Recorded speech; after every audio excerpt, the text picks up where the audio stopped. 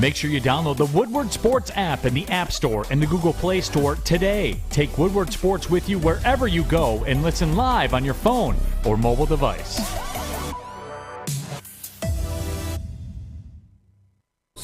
Good morning, everyone, and thanks for joining us on the Morning Woodward Show here on the Woodward Sports Network. Also featured on The Roar on 99.1, 93.5, and 94.7 HD2. Good morning. Looks like somebody had a wonderful night last night. You know, he looks like. Oh shit! No, Good he looks morning, like everybody. the row the boat guy. You're a psychopath. Oh my god! I thought it was me, but it's actually Oh my you. god! Last night, Terry. You're correct. Okay. I mean, you know, I've made a lot of comments on this show. Some have been very appropriate, some very inappropriate. Most inappropriate. Most inappropriate. Yep. This one's going to be pretty bad. Okay. Oh man, I can't I wait. want you to imagine and put yourselves in these people's shoes, okay? I want you to imagine. I took about 10 dildos, wrapped them all together, and shoved it up your ass. Ooh, that's uncomfortable. It's very uncomfortable. That's what happened last night in our softball league. No Vaseline? We murked. And actually, officially, because there's some, like, all-Christian team. So the inside joke was we baptized them last night. We baptized them, Terry. We messed them up. 18-2, 19-2. I had a grand slam, by the way. Oh, damn. I had a grand slam. I had a great game. You didn't trip over third base this time? I didn't have to. I hit it out of the park. Shockingly, he did not. I didn't have to. Oh, God, these poor kids. I'm not even going to call them out by a first-name basis. I just feel it's inappropriate. What's nice. the team name? DCF, Detroit, Dearborn Christian, something. I don't. Fellowship. Fellowship, actually. Yep, you nailed it. So we murked them. Obviously, dressed in team attire this morning, having a good time. Feel great. Oh my God, 9 in a row. Are you at least smoking a Macanudo this time? No, I'm smoking what you gave me. Good. 9 in a row, and let me tell you guys, I feel like $1 million. And these right weren't now. Arab dudes. No, So we you beat the real Americans. team. These You were beat the like Americans. legitimate American. They're a fucking disgrace to their people. The fact that you let a bunch of Arabs wipe you off the field. I mean, look, you know, we're athletic. We can play, you know, some sports, but oh God, in my opinion, at least the way they played, we had some elite defense out there, elite pitching. They couldn't do anything on us. They were hitting the ball pretty well. We were just always there, but. Those kind of guys, those are the guys you're like, you know what? I don't want to associate myself with them. They're a disgrace to your people. I don't know. Now, educate me on something. Go for it. What can Arab dudes not play? Because you've always referenced that, we beat some Arab dudes, so what? So what can y'all not play? I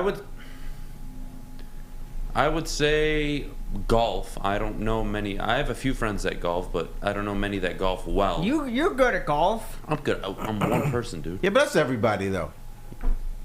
Oh yeah, that is everyone. So, you know, I would say golf. Volleyball, pretty good at. Tennis, very good. Soccer, obviously. Sounds like you're bragging. I'm not. No, I mean. No, you're trying to educate me. No, I'm just telling Terry. Football, obviously, very good. You know, we all grew up in Dearborn, Fortson, so. Yeah, good. You know, there is a wide receiver, I think on Western Michigan, named Beydoun. Yep. Is that your boy? Not my boy, but he's a boy of the city. So you don't know him?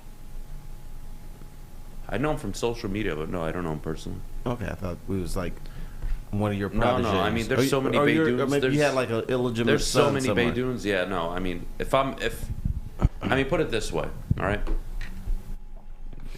Everyone basically could be your cousin. You just don't know anymore.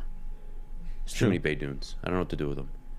Okay. I thought you'd have a little pride that he's a wide receiver, nice little football player. No, very nice. Okay. No, happy for him. Happy for him. So you busted up the Christians and you feeling good today? Oh, feeling great. We baptized him. Oh, baptized, that's right. We baptized him. Never mind. Go ahead. Say it. No, because... No. I'll tell you later. Did we get a caller yet? I see nothing. All right. Well, you know who you are. You're a jackass. Oh. probably why he's not calling in, because he doesn't want to hear from you. All right, let's get the show started. Good morning, everybody. Good morning. I hope you're all Good morning. having as good of a morning as I am. I'm not. Maddie, we know you're not. 9 in a row for the Ratz. Feeling great this morning. Terry, you know what? Dynasty. Let's start off on a good note. All right, you made some weird comments before the show. I'm not going to lie. Tell me you want to see me in a man bun. Yeah, I think it's about time. Maddie? Yeah, I don't know. Don't you think he could rock a man bun?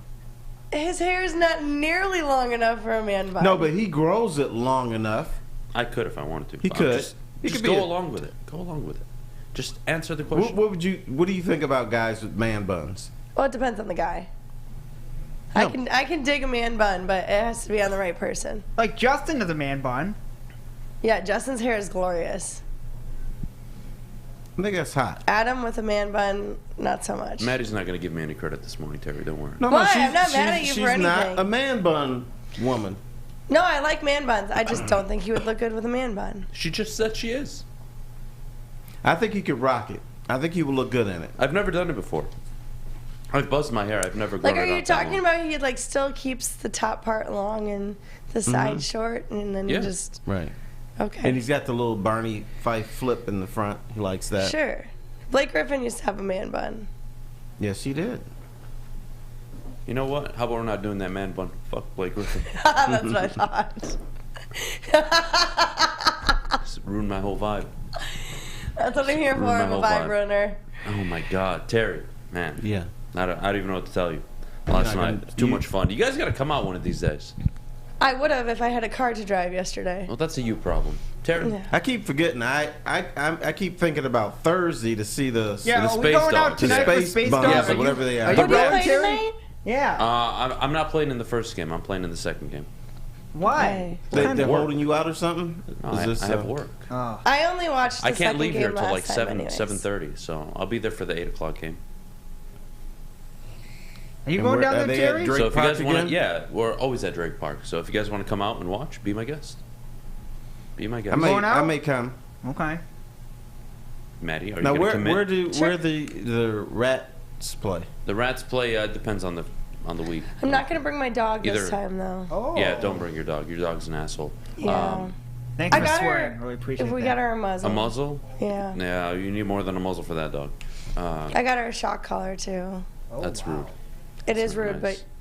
but I gotta train. Then get your. It's not a trained dog. Train She it. is a trained dog. I don't know. You know, they say dogs are like their owners. Yep. Oh, So, 100% that if- makes sense. If Oh Maddie God. is Yes, bad, then the Terry, dog's yes. gonna be bad. Yes. Absolutely. Oh my God. How did I not put this together earlier? Oh my God. Loud, obnoxious, tries to bite you. Oh God, it's Maddie.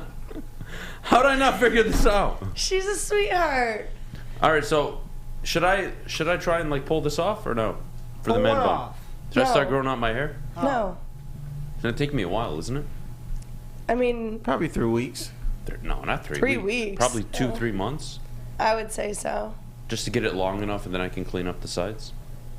I mean, you can still clean up the sides the whole time and just let the top grow. Yeah. All right.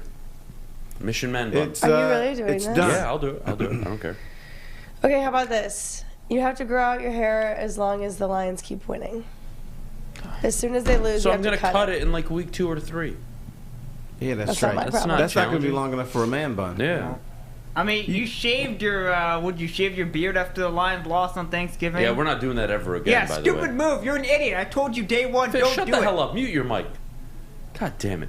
Already. I can't. What? I didn't 10 get told minutes to into shut the the F show, I up, gotta though. tell you to shut the hell up. What's It's wrong better with you? than 2 minutes into the show on Tuesday. Yeah, that's actually a And world better than record. shut the F up. So I'm proud of myself. Now my friend made a bet, $100, that the Lions would win more games than the Bears. I said, you got that one wrapped up.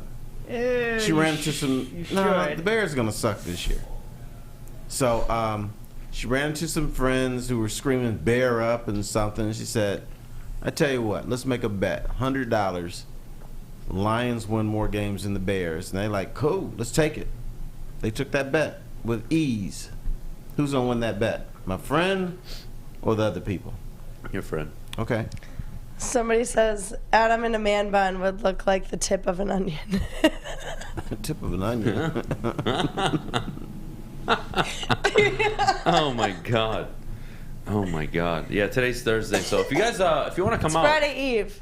Friday Eve. Whatever. Or Thursday. Yeah, if you want to come out tonight, watch the Space Dogs play. We'll be at, what is it, Drake Sports Field? Yeah, Fish, Drake officially? Sports Park. Don't yeah. go to the wrong one Park, like I excuse did. me, Park. Yeah, Drake Sports Park. 7:15.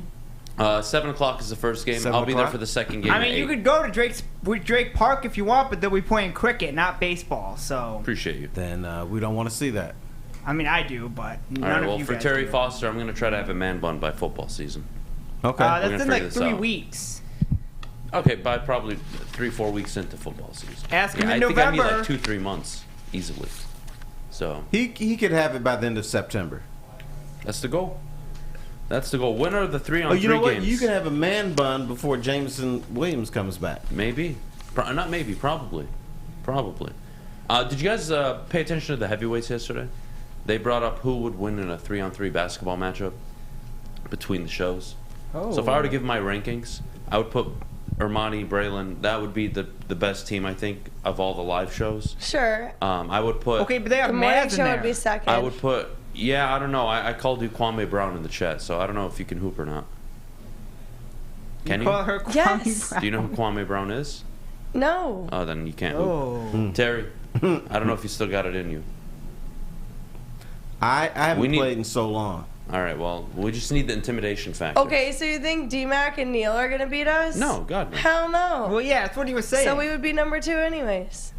Because I think Easy and Neil can Spence shoot, got though. shit on us. I think so. Neil could shoot. Huh? I think Neil could shoot. The only team that I think would give us problems would be the bottom line. Yeah. The heavyweights, I mean, you dribble to the left yeah, I once was and going they're to say, like they're out just of going to go breath, in the so, paint. like, they'll have a fucking Now, heart attack can the playing little basketball. Piston boys, are they allowed to play? I think the Pistons boys probably run the table if they play. Yeah, I think Yeah, Woodward we'd Pistons all wins. be screwed. Yeah, they actually hoop a lot. So, So we'd have to play a zone and hope they miss. More yeah, than basically. Jeff says Basically. I'll pull in for Terry. Let's go. Oh man, if Jeff, I think we take down. Honestly, Jeff, fill in for Maddie. I think it's an easy dub for us. Wow. Sorry, Maddie. No, supposedly Maddie claims she can play. I can play. Maddie said she could golf. That didn't work out very well the last time. She told me she could Yeah. do something. I drank way better than I golfed that day. Way better. Oh, God.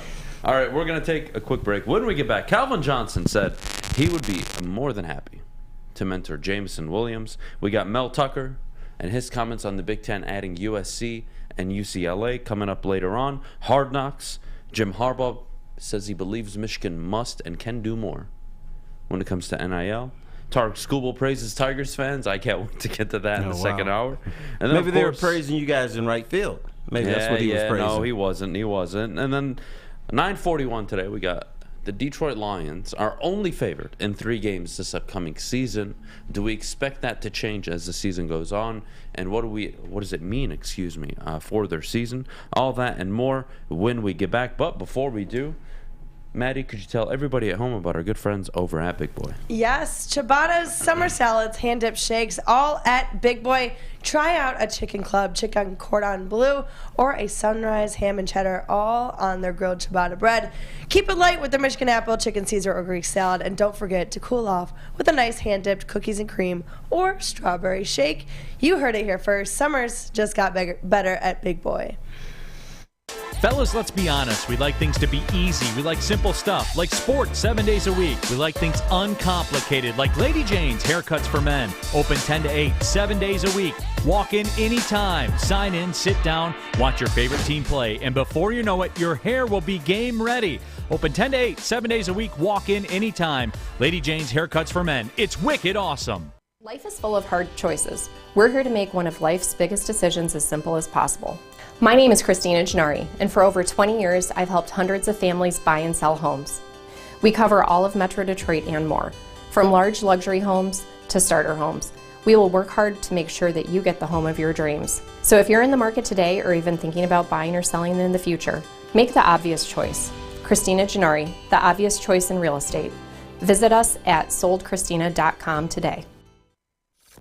Woodward Avenue, the first paved road in America. Woodward Sports, the first sports network born in Detroit and made for Detroit.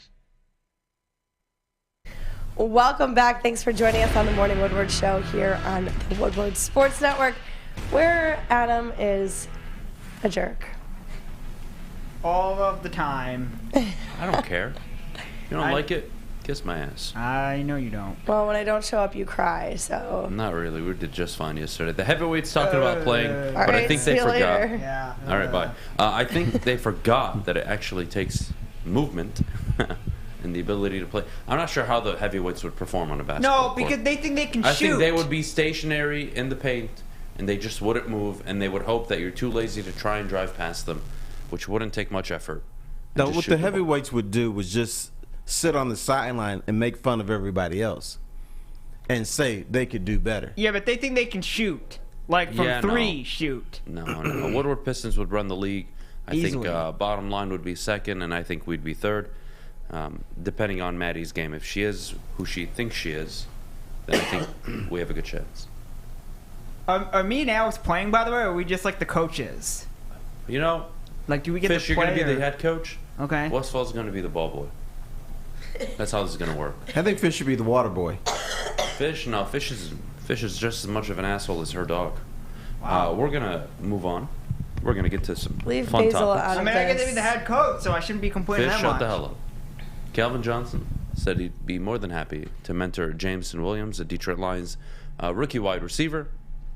Terry's really the first time since Calvin has retired, outside of a few appearances and the conversation of maybe getting his money back, that he's been openly, publicly involved and willing to support the team. I It find looks it like interesting. bygones. Be bygones, right? Bygones. And But let me say this. Let's see if this is a different. You know, we always talk about the Lions are different. If the Lions are different, they would actually let him do that.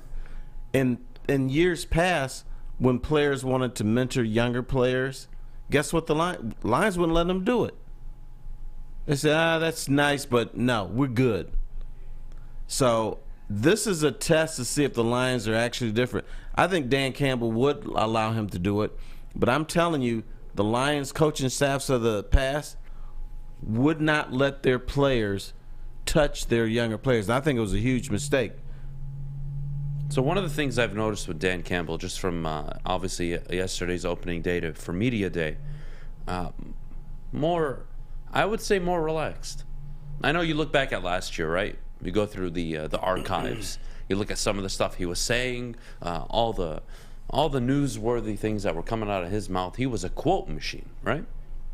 Yeah. This year, super relaxed, more comfortable, I would say, in the job.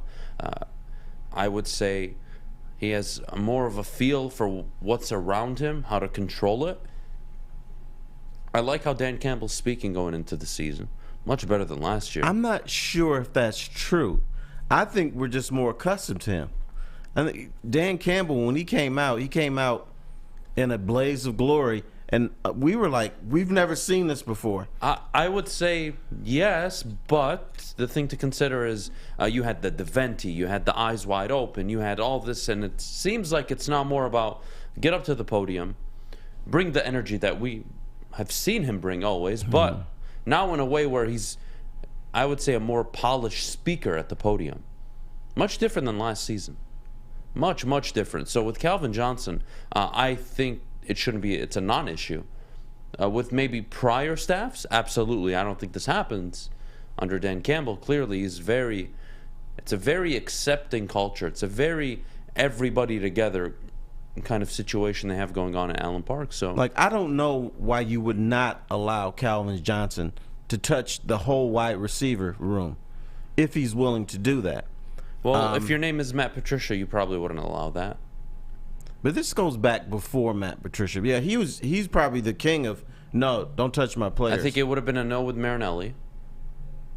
I think It was a no with It would have been a Marinelli. no with Morningwig. It would have been a no with almost any coach. I think maybe outside of Fonts, but even Fonts, I don't think would allow it. Your thoughts? Fonts would allow if it was someone like Joe Schmidt. But I'll tell you, Lomas Brown, best lineman in Detroit history. He wanted to help mentor the tackles. All right? So the Lions actually first said yes. They got him coaches' shirts. They got him a bunch of stuff where basically Lomas was going to be a pseudo assistant coach working with the offensive lineman. Then they changed their mind. So Lomas was like, well, I'm willing to do this. I cleared out time. So you know what he did? He called up the New York Jets, and they allowed him to mentor DeBrickasaw Ferguson. So he mentored the New York Jets tackles when he wanted to do that for the Detroit Lions. But the Lions said no. So that's why I'm curious, are they actually going to allow Calvin Johnson to do this if he wants to?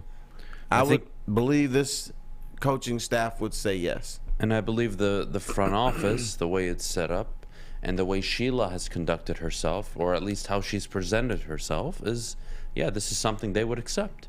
And who wouldn't want Calvin freaking Johnson mentoring? That is a great thing. I think the tricky part, and I think he would probably bring to the table, he's an underappreciated route runner, in my opinion. I think he gets enough credit for his ability to run routes, but because he's so big. It's like a lot of the times it looked like backyard football with him, chucking it down the field, him going up over 2-3 people. But Calvin was super polished. His slants were, I would say, as good as anybody when he was playing. So learning from Calvin is an honor. I mean, some of the things you just can't learn from him, like size, right? No. That athletic ability. The same with Barry. Barry can't teach you how to run. But you know what he can do, Terry? He can maybe help you with your vision, right? Right. What you're seeing, Where to which look. gap to hit, right? So that's... He can teach you when you get the ball, what you're looking at. Because Barry Sanders had the disadvantage, and whenever he got the ball, he had to make a cut right away. Because there was always somebody in his grill, and so he had to shake that guy off and then do his runs.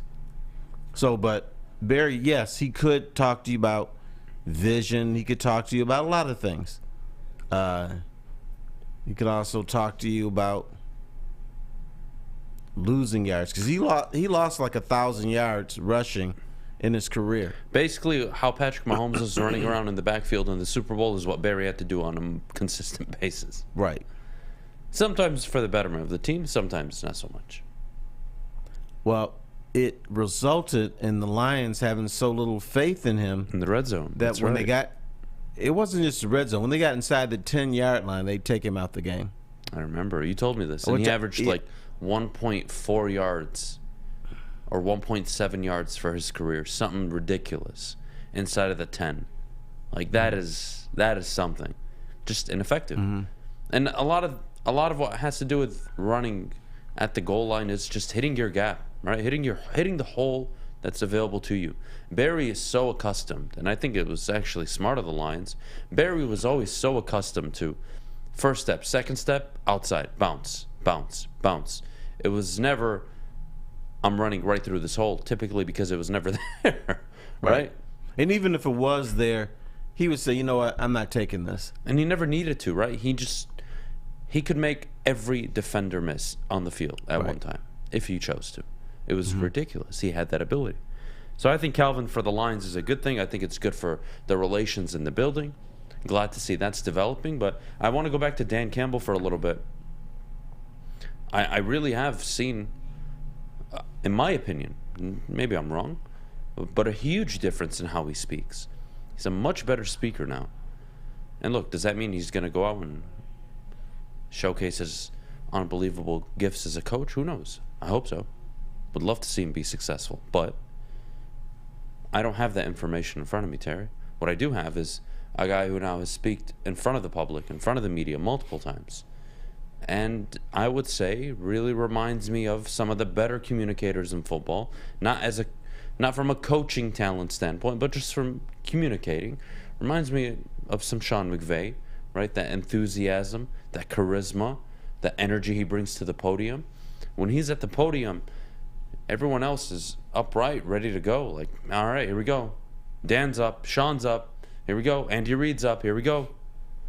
He has that. He has that aura. Now, whether that translates onto the field, we'll see. But I do like, from a speaking perspective, especially because of last season, I think he's much more polished. Could be experience, could be more comfort. I think both align with each other. Well, in professional sports, your first year, everything is always rocky. You're doing things for the very first time. And so it's not going to be as smooth. When you do something 3, 4, 5 times, when you go back into that circle or that calendar year, the next year when you speak or when you want to say something, you're going to be better. Because supposedly the Lions should have had somebody mentoring him about being at the podium. Now, does it result in wins and losses? No. But it reduces the embarrassing statements. It reduces the Lions looking like a clown show. And that means a lot to the Lions. So I'm sure somebody put a little polish on Dan Campbell. But I also think we've seen this before. So it's not as, yes, we have. Which coach? With Dan Campbell. I'm saying last year when he said something crazy, we were like, ooh, God, listen, Dan Campbell, this guy's different. But now we've grown accustomed. I still think he's a little raw. I still think which isn't a bad thing. No, it's necessarily. Not. It's sincerity. He's real. And I'd rather have that than some guy going up there and says, oh, yes, hey, how you doing? We're a good ball club, and we're ready to go. You know, I definitely prefer him over a lot of speakers and coaches and how they operate, especially from a media standpoint. But even with Calvin, right? You want to talk about just on-the-field support. What about off the field? Was there a better off-the-field example? Hell, you had 3 of them. Your 3 best draft picks ever were all tremendous off the field. Barry Sanders, Calvin Johnson, Matthew Stafford. Never, not even a word during the offseason, during the week, leading up to the game. Never, not a thing. You got professional, high-level performance week in and week out. That is true. The Lions were really high on character, and with those 3 guys, it hit. But sometimes in the National Football League, you need to have guys of low character. And they passed on people who probably, may have gotten in trouble, but would have helped the bottom line. And, and I think the prime example of that is Randy Moss. Could have had him. Then they lied and said, well, we didn't take him. Well, at least they lied to me, said, Ron Hughes said, well, we didn't take him because of character issues. We didn't take Randy Moss because he had alligator arms. And I'm like, come on, dude, really? You're joking. I'm not joking. That's what he told me. At the Silverdome, there's a kitchen. There was a kitchen, and the media would go in there, the coaches would go in there, and sometimes we would just talk to coaches and front office people. And then after the draft, when they selected Terry Fair, Ron Hughes was a guy who's the player personnel guy that I really respected and stuff. I'm like, dude, why didn't you take Randy Moss? He said, T. I said, is this character bull crap that you guys always... No, that wasn't it. You're going to notice this. He's got alligator arms. When he goes over the middle, he's like this. He doesn't want to get hit. He's not going to catch the ball. And that's... Said he's a talented receiver, but that's why they decided not to take him. Instead, they took a guy, Terry Fair, who's supposed to be a character guy, and he hurt his arm. They said he hurt his arm because he slipped in his driveway and broke it. Lots of people who go to nightclubs in Detroit will tell you he got pissed at some woman at Legends, which is a nightclub downtown Detroit, punched the wall and broke his hand. So you can believe whatever you want. That's the story on the These character motherfuckers guy. really passed on Randy Moss because of alligator arms. That's what he said. I hope. Is he alive today? He is alive. What's his name Ron again? Hughes is with Pittsburgh. Ron now. Hughes, go fuck yourself. We're going to take a quick break. When we get back, Mel Tucker believes adding USC and UCLA is actually good, and it'll help Michigan State recruiting in the future. Our thoughts coming up next, but before we go, I got to tell you about my bookie. Bet from anywhere. Mike and Adam Kazanowski with High Five Spirits Distillery. We're in close to about 1,200 locations throughout Michigan. We wanted to create a brand that was geared more towards freedom, love, adventure, and at the end of the day, we really wanted to tell a story that inspired other people to take risk, follow their dreams, whatever that might be. New to the game or a season better? OddsTrader.com has everything you need to make the right bet ahead of kickoff. Begin your handicapping journey with OddsTrader. Improve your edge by finding the best price on every game from sportsbooks in your backyard. Take advantage of the numerous sign-up bonus offers to pad your bankroll. Dive into key game statistics, player performance, and even account for the projected game day weather. Best of all, you can use the OddsTrader bet tracker to keep a log of your action. Welcome to OddsTrader, and best of luck. We are the network for Detroit by Detroiters. Welcome to the Woodward Sports Network. Well, it is almost back to school time, and if you're still looking for somewhere to enroll your child, look no further than the Academy of Warren. They have a brand new state-of-the-art sports dome field house that has a regulation basketball court, volleyball court, and soccer field. And their K-8 system features small classroom sizes, futuristic media center, free breakfast and lunch, and so much more. Enroll today at academyofwarren.net. All right, we're back here on the Morning Woodward Show. Terry Foster. Yes, sir. Mel Tucker, during Big Ten Media Day, Coach said at Michigan State University, football. Yes, sir. Said he believes that the Big Ten adding USC and UCLA will only help Michigan State recruiting in the future. Buying or selling that? I think it's going to help every team in the Big Ten. It'll help Purdue. It'll help Illinois. It'll help Michigan. So, yeah, I buy that because kids want to play on the West Coast. They'll look forward to playing UCLA and USC, going out to Southern California a couple times a year or a couple times during their career. So I buy that, but it should help the entire league as far as a talent standpoint. Who you associate yourself with helps or hurts recruiting. For instance, Nebraska was a powerhouse, but when they moved to the Big Ten, they lost their recruiting base in Texas.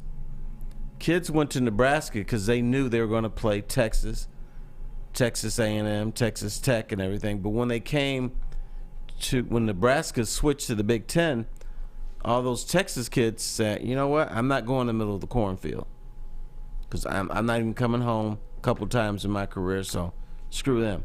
So it helps and hurts depending on who you associate yourself with. And I think in this instance, it's going to help everybody in the Big Ten. Spam. Yeah, I do agree. From Michigan State standpoint, Tuck has a lot of ties, not only down south, but even on the West Coast. Mel Tucker, to me, Terry, we talk about Jim Harbaugh, Ryan Day, right? And really go back to Urban Meyer when he came to Ohio State, really just took them to a whole different level. Right. Ryan Day has continued it since. But let's be honest. Jim Harbaugh came. Michigan was recruiting some years in the top 10 and some years between 15 and 29. That was like just their reality for Michigan. Harbaugh shows up. Year one, I want to say it was like 20th. And then it was 6, 4, 6, 7, 9, 10. That's what you need. When I look at Mel, you're going into year 3, right? It's a big year for them. Coming off an 11-win season, I think the success potentially that they have this year lines them up for a top 10 recruiting class by 2025. Mel Tucker is doing a lot of things behind the scenes that's going to set him up to be a top 10 recruiting class by that time. As I said before, he's getting to know a lot of the younger kids. They identify with him. In fact, a friend of ours was recruited by Mel Tucker, and he decided to play baseball instead. And Mel Tucker, when he lost out to him, he said, baseball doesn't work out, come back. The door's always open for you. And the family appreciated that. And if this kid does play football, which I don't think he's going to do, he's going to Michigan State. No question. Yeah, I think Mel just has such charisma. And one of the things I don't think he gets enough credit for, probably Michigan State fans notice this, but maybe not so much any other Big Ten fan base, is his like consciousness and awareness of marketing himself, marketing Michigan State, the brand. You now have Spartan Dogs for Life. They do a podcast here nightly, Wednesday nights. You have this NIL, and I would say influx, that's really, really taking Michigan State on the right path. They are doing it the right way. If you look at lower tiered schools, I don't mean this in a bad way for Michigan State, but they're trying to reach the upper echelon of college football. How do you get there? And it's, well, with good marketing and branding. What do you know? This reminds me of Oregon back in the day, right? Not only winning on the field and success, but also how do you present yourself to these recruits? Do you leave a lasting impression where it's like, you know what, man? I'm kind of thinking about Michigan State. I know it's crazy. I know Alabama wants me. I know LSU wants me. I know Ohio State wants me. But, man, Mel Tucker, man, there's just something about him. Yeah, there's got to be a reason for you to want to go to Michigan State. Yes. If you are let's say you're a top 50 recruit or top 100, your first thinking is, I want to go to the NFL. Forget all these guys saying, well, I went to this school because of academics. No, you didn't. You went to that school because you thought you can get to the NFL. You liked the head coach, or there was some assistant coach that you really, really liked. The academic thing is all hogwash. So if Alabama is after you, Clemson is after you, and they've got that pedigree, like, not only are you going to go to the NFL, but you're going to play some high-profile games in January. So now, if Michigan State is after, why do I want to go to Michigan State? There has to be a reason. I think Mel Tucker is making himself the reason. No, 100%. Also, to add to that, what did the Rose Bowl used to represent? Outside of the game itself, what value did it bring if you were a Big Ten school playing in the Rose Bowl? It was huge. Back when it mattered. Back when the Rose Bowl truly mattered. Right, it was huge. It was huge from a brand perspective, a recruiting perspective, and I think you being able to play USC every year or every other year, we'll see how this shapes out. That is just, you can't put a dollar figure on it in terms of value. Maybe you can in terms of what Fox will pay to renew the Big Ten, and all the teams will be making probably north of $105 million just from the TV revenue. Mm-hmm. Like, but to show you how big playing the Rose Bowl was, Michigan played that up big time. They didn't mention at one point they were 2-10 in the Rose Bowl. No, they didn't mention that part. They just mentioned they were in the Rose Bowl. We were there, and some people said, I want to play here. I want to play in that Rose Bowl. Right? You want to be there. It's beautiful. Right. Oh, man. I want to chill out on the beach for a week. Yes, they do work hard when they go there, but most of the work when you go to a bowl is done before you go to the bowl. So, yeah, you do have workouts and you do work out, but for the most part, they're kissing your ass for a week. You're on the beach. You have these contests, eating contests and stuff like that. A 19, 20-year-old guy, sign me up. Sign me up. I mean, and pretty girls. So don't forget them. That's a bonus. Women. That's a bonus, right? I would say, for Mel Tucker's sake, that USC, look, let's just call it what it is. when USC gets to the Big Ten, I believe, under Lincoln Riley, they are currently the only team in the entire conference that is positioned to compete with Ohio State. The only team. Now, competing with Ohio State, that doesn't mean there won't be other Big Ten champions over the next 5-7 years.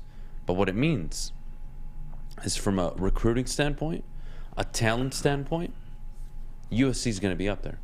Lincoln Riley will have that team playing at a level probably it's never played since Pete Carroll has been there. They're going to be there. I say USC probably this year a 9-win team. By the time they get to the Big Ten, they're going to be ready to run the table. You know who else can join that? UCLA could if they get the right guy. That's UCLA is a prettier campus. It's in a better area. It has a lot to sell, but UCLA hasn't gotten the right person in that seat. If they get the right person, UCLA could be that team instead of USC. Absolutely. I'm excited, man. I'm excited for the merger. I think it's great. I think it's great for the Big Ten. I think it's great for college football. There's nothing better than when you have some of your historical branded schools, Michigan, Texas, USC, Miami.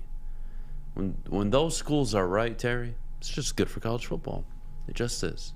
Well, no, Adam, what about the tradition? You know, you lose the tradition. That's what you can do with your tradition. All of you crybabies out there.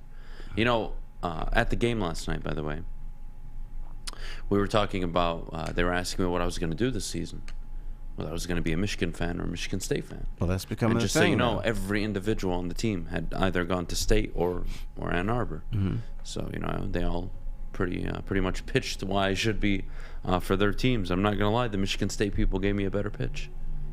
What are the most compelling things you're hearing about being a Spartan and being a Wolverine? Being a Spartan, the most compelling argument I got was on the rise. People are sleeping on the team this year. Better to vote for the underdog. And we're 2-0 against Jim Harbaugh.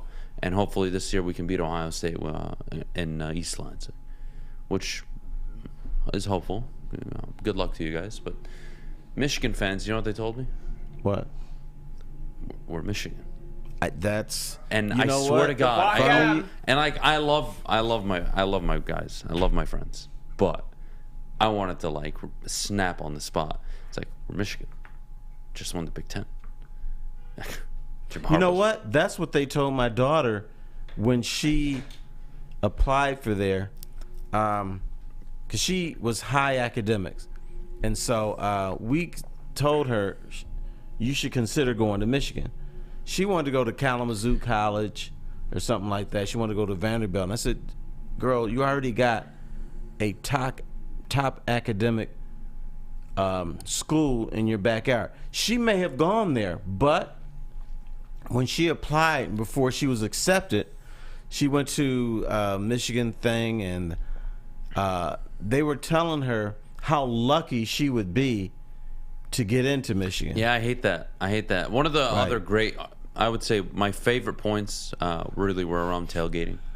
So both the Michigan and Michigan State groups, they both admitted Michigan State Stadium is not all that, but the tailgates are lit. So I'm invited to go up to a few Michigan State tailgates this year, so that'll be fun. They are fun, but I'll tell you what, I like the Michigan tailgates a little bit better. I think the food is better. It may not be as party centric, but you know, I'm at tailgates for the food and the booze. I don't know. As of now, I am 60% leaning towards Michigan State. Don't lie to us. You're more like 70 or 80. Fish, shut the fuck up. Mute your mic. Thank you. We're going to take a quick break. When we get back, Jim Harbaugh. Speaking of Michigan, Jim Harbaugh believes Michigan can do more with NIL. New president on board. No kidding. Why? We've been saying this for years now. So really, it would be almost a little over a year. I wouldn't say 2 years, but a little over a year. How Michigan needs to get with the program. They need to adapt. Right. Well, this is Michigan doesn't work anymore. You need a little bit more than that. Believe me, I see it. Whether or not they see it, that's a whole different conversation. When we get back, we have some Jim Harbaugh Big Ten Media Day comments. 9 o'clock coming up. We actually have footage from Dan Campbell from his presser today. So we have some interesting quotes from him. We'll get to that at 9 o'clock. But before we go, I got to tell you about Planet Fitness, home of the judgment-free zone. Get to a Planet Fitness near you or visit planetfitness.com to sign up today. Your fitness is essential. They are the official studio sponsor of the Woodward Sports Network. Sign up today, $0 down, $10 a month. Get in shape, and hopefully you can beat the heavyweights on the basketball court. Now, do I think that's going to take much? Not really, but hey, do what you got to do. We'll see you guys in a little bit. At work and at home, we're there with smarter security solutions. Featuring complete automation with customized alerts and more. For over 90 years, we've been the company that's been counted on to protect what matters most, all with personalized service and care. Right now, for a limited time, receive a free video device plus free installation with a new home system. Guardian Alarm. We protect Michigan. When you need apparel, there's only one place to go. Big Frog in Novi. With no setup fees, no artwork fees, no minimum, and a 24-hour turnaround, you can have your whole team outfitted in no time. Embroidery, direct-to-garment, vinyl, and screen printing, Big Frog has it all in all the styles you want. So whether it's a sports team, fundraiser, school event, or corporate needs, Big Frog is your one-stop destination. Visit bigfrog.com/Novi or call 844-4-BIG-FROG. Get a shot up. This is for the win. All of Detroit's sports teams live on Woodward. All of Detroit's sports coverage lives on Woodward Sports. Driving the best in Detroit sports coverage. When it comes time to getting your job completed on budget and on schedule, uptime matters. That is why Alta Equipment has partnered with the biggest names in construction. So if you've got a big project coming up, Alta Rents has got you covered. Give them a call today at 844-GO-TO-ALTA. That's 844-GO-TO-ALTA today. Alta Equipment, where uptime matters. All right, we're back here on the Morning Woodward Show. Terry Foster. Yes, sir. Jim Harbaugh believes Michigan can be doing more with NIL, and for me, this is about damn time. Thank you. Welcome to the party. Duh. Like, dumb moment here. You can't just go to recruits anymore and say, hey, until the rules change. Hey, come play for Michigan. We are one of the most outstanding historical programs in all of college. In all of the United States. Not only is our academic program top-notch, but you will play for the Michigan Wolverines. Bo Schembechler birthed us, and I, the son of this university, will be your head coach, and we will run the ball 50 times a game. And we are the defending Big Ten champions, and that is why you should choose Michigan over Alabama, Georgia, LSU, Ohio State. God bless you. God bless America. You know what it sounds like to me? It sounds like to me there's some internal conflict going on. That the Michigan, the old guard is saying, no, Jim, this is Michigan. We're not going to do this newfangled stuff.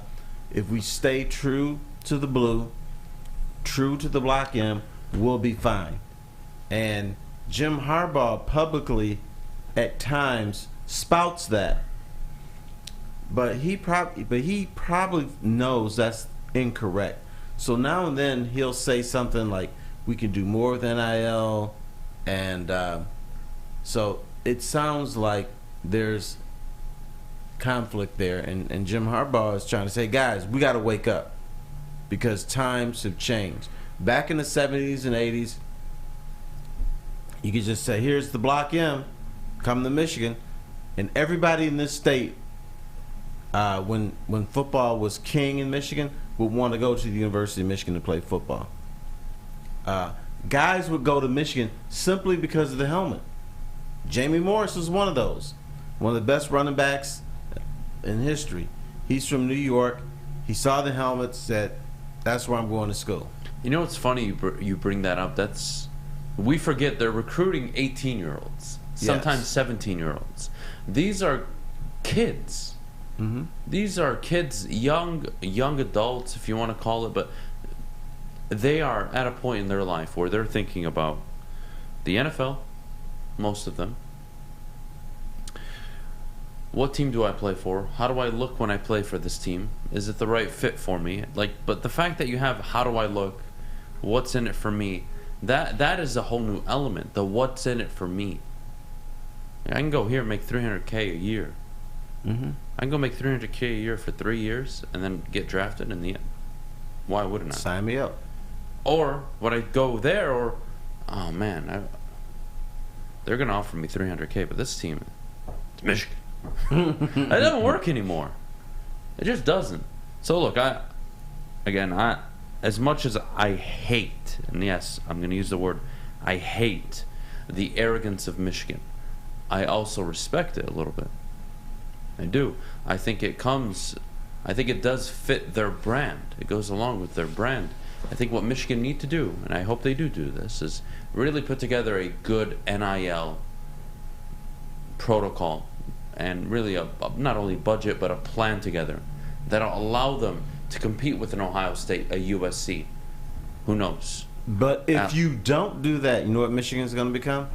They're going to become Purdue. Probably no. They'll become Purdue. Oh, yes, they will. If they don't play that much this of a game, fall off. Yes, that much of a fall off over time. Not in 4 or 5 years, but over time. If we're still talking 20 years from now, Michigan is not getting involved with NIL. And these young guys want money, they want women, they want the promise of the NFL. Michigan will become Purdue. Oof. Indiana. Yeah, I just don't see them ever falling that low. That low. One of the things I find interesting, he's doubled down on his anti-abortion comments. Yes. Which is fine. It's his opinion. I don't care. But I do care because I look at recruits and how do they perceive that, right? Let's say you are a 3-4 star recruit and you have the opposite opinion. Does that, right or wrong, does that sway your decision? And is that even something, again, I believe this country is all about freedom of speech. You can have the opinion you want. I don't care. Even if you're wrong. I don't care. Your opinion. It's fine. The scary part is you live in a world where everything is covered. Everything is somewhere. Everything lives on the internet. Mm-hmm. So when I'm a 17-year-old in my room scrolling through social media, I'm looking like, oh man, and let's say I'm very like pro-abortion, right? Right. Women's choice. Well then, what? Damn, I didn't know he thought like that. I don't know if I want that guy to be my head coach. But you know what else he said? If one of my guys gets pregnant and can't handle it, I'll adopt him. That is so ignorant. And that's such an asshole, dumb fuck, little brain comment from his end. Why? Because you're not going to... Okay, let's say you do that every year for one of your kids. 5 years from now, you're going to have 5 new kids in your house. And the only reason you could pull it off is because you are financially very well off. Mm-hmm. What about a family of 3? Or hell, the 19... I don't know. I can't put together an example right now. The point is, think of someone who isn't in your position. Put yourself in somebody else's shoes.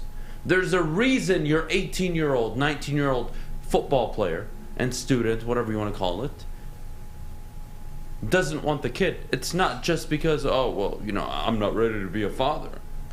Are they? It's just, it's so expensive. It's such a commitment. I don't even know what it's like to be a parent, and I can't even imagine. So, I'll tell you someday. To put that pressure, like, again, it's such an ignorant statement.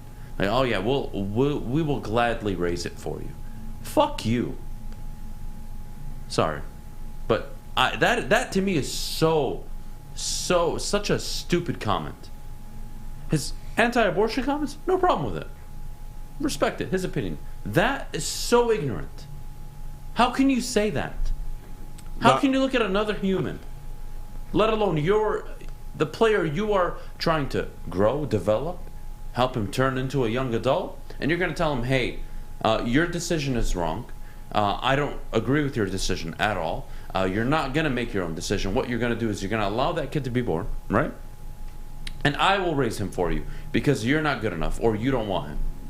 Or he could be saying, I am so in favor of this baby living a good life that I'm willing to step in and provide that for them. I don't want this fetus murdered or killed. He could be saying that also. That, you know, if my player can't handle it, I want this baby to be born, then I'm willing to do something to make sure this happens. Because I am so pro-life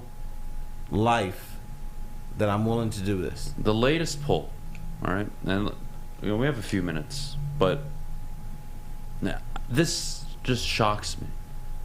Like, I think it's ignorant. I really do. But look, hopefully moving forward for Michigan, they get together a good NIL plan, right? They can compete with an Ohio State, a USC once they come to the Big Ten, and they can continue to be one of the bigger brands in college football. And that's not just hyperbole. Let's just call it what it is. 3 of the 5 most viewed college football games last year featured Michigan. There is a reason for that. There is a reason. Michigan travels. Michigan is a huge brand. They draw ratings. Michigan, Georgia. Michigan, Iowa. Michigan, Michigan State. Michigan, Ohio State. Top of the ratings charts last year. For a reason. When Michigan is good, it's good for college football. It's good for the networks. It's good for media. It's good for everybody. So hopefully they continue that, Terry. Now that is true. The Big Ten did suffer when Michigan stunk. Now, the Big Ten, if things go right, you will have powers at Ohio State, Michigan, USC, and Michigan State. If that is the case, then the Big Ten will get a lot of eyes on it. Recruiting will get better, and the Big Ten, obviously, with just the SEC, the Big Ten will be looked at as a power. Now, is it going to be SEC power? That's to be determined. Because right now, the SEC has Alabama and Georgia, who nobody can touch. Now, you can touch the rest of the SEC. You can beat Kentucky. You can beat Auburn. You can beat LSU. But the 2 NFL teams are Alabama and Georgia. So the Big Ten, with the addition of UCLA and USC, the hope is that you have so many eyes on this conference that a lot of the kids that want to go to Alabama and Georgia are going to say, nope, going to the Midwest, or I'm going to UCLA or USC.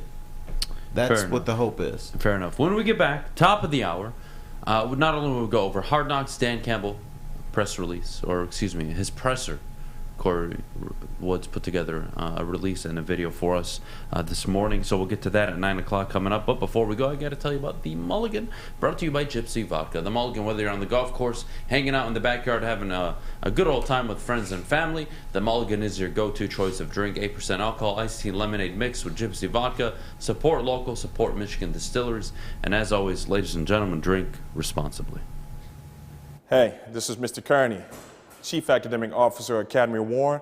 I want to welcome you to the brand new field house. The state-of-the-art facility has a regulation basketball court, volleyball court, soccer field. It can be used for 7-on-7 football. Our K-8 academic features AM, PM, latchkey, small classroom sizes, Learning Street, futuristic media center, free breakfast and lunch, Holton Mifflin curriculum, academic games, K-8 athletics, and more. Enroll today at academywarren.net. Summer salads, and dip shakes. All at Big Boy. Try a chicken club, chicken cordon bleu, or sunrise ham and cheddar. All on our grilled ciabatta bread. Or keep it light with our Michigan apple, chicken Caesar, or Greek salad. And don't forget to cool off with a frosty hand-dipped cookies and cream or strawberry shake. You heard it here first. Summer just got better. The only sports network in Detroit that starts with a W. You know, because we win. Woodward Sports, Detroit's winning sports network. You don't have time to get outside and enjoy the sunshine today. Don't worry, you can still get your vitamin D and get your tan on at Chili Peppers Tanning. That's where you'll find the cleanest salons in the D with spotless sanitized rooms and trained certified tanning professionals. Don't forget, of course, to join the Pepper Club for all the best deals on unlimited tanning. Chili Peppers has the hottest bulbs, the hottest deals, and the darkest tans. Chili Peppers tan. All right, we're back here on the Morning Woodward Show. Top of the hour, brought to you by Bedrock Detroit. Alex, if you don't mind, we're going to play you Corey Woods' video this morning along with Dan Campbell. We'll get to that. We'll hear it out. We'll watch it, and then we'll be right back in just a few. I knew that when I signed here as a player. And for me, it was one of the reasons I wanted to sign here is because, man, who doesn't want to come? One of the reasons I wanted to sign here is because, man, who doesn't want to come here and change that, to be part of that team that turns it around? Like, I think that's a motivating factor. And so I think for all of us, coaches, players, am I answering your question? I cut you off. Yeah, I'm sorry. But yeah, I think it's a motivating factor, you know. I mean, look, we could go round and round in this, and you guys have lived it, but I think, you got to have, once you've gone through a great suffering, if you will, as it pertains to sports and Lions football, then, man, that's when there's a great triumph. And to be a part of that and to be able to help it become that is, man, that's something special. I mean, that is special. So, yeah, I think that motivates all of us a little bit here. Now, make sure that you stay tuned to the Woodward Sports social media and my social media, Corey E. Woods on Twitter, that's with a K. And all throughout the day, I will be bringing you photos, videos, and all types of content emanating from Allen Park. Again, this is Corey Woods, the Woodward Sports Network, checking in with your Lions update. All right. The great suffering for Detroit Lions fans. Interesting comments, right? He is...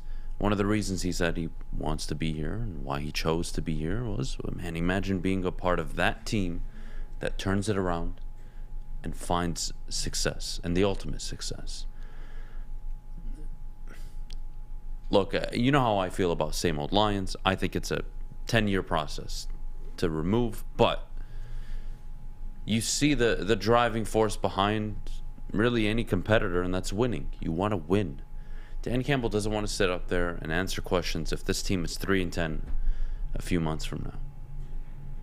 He wants to be up there engaging, talking, having a good time, and winning football games. Winning is like the end-all, be-all. And yeah, I kind of agree with him.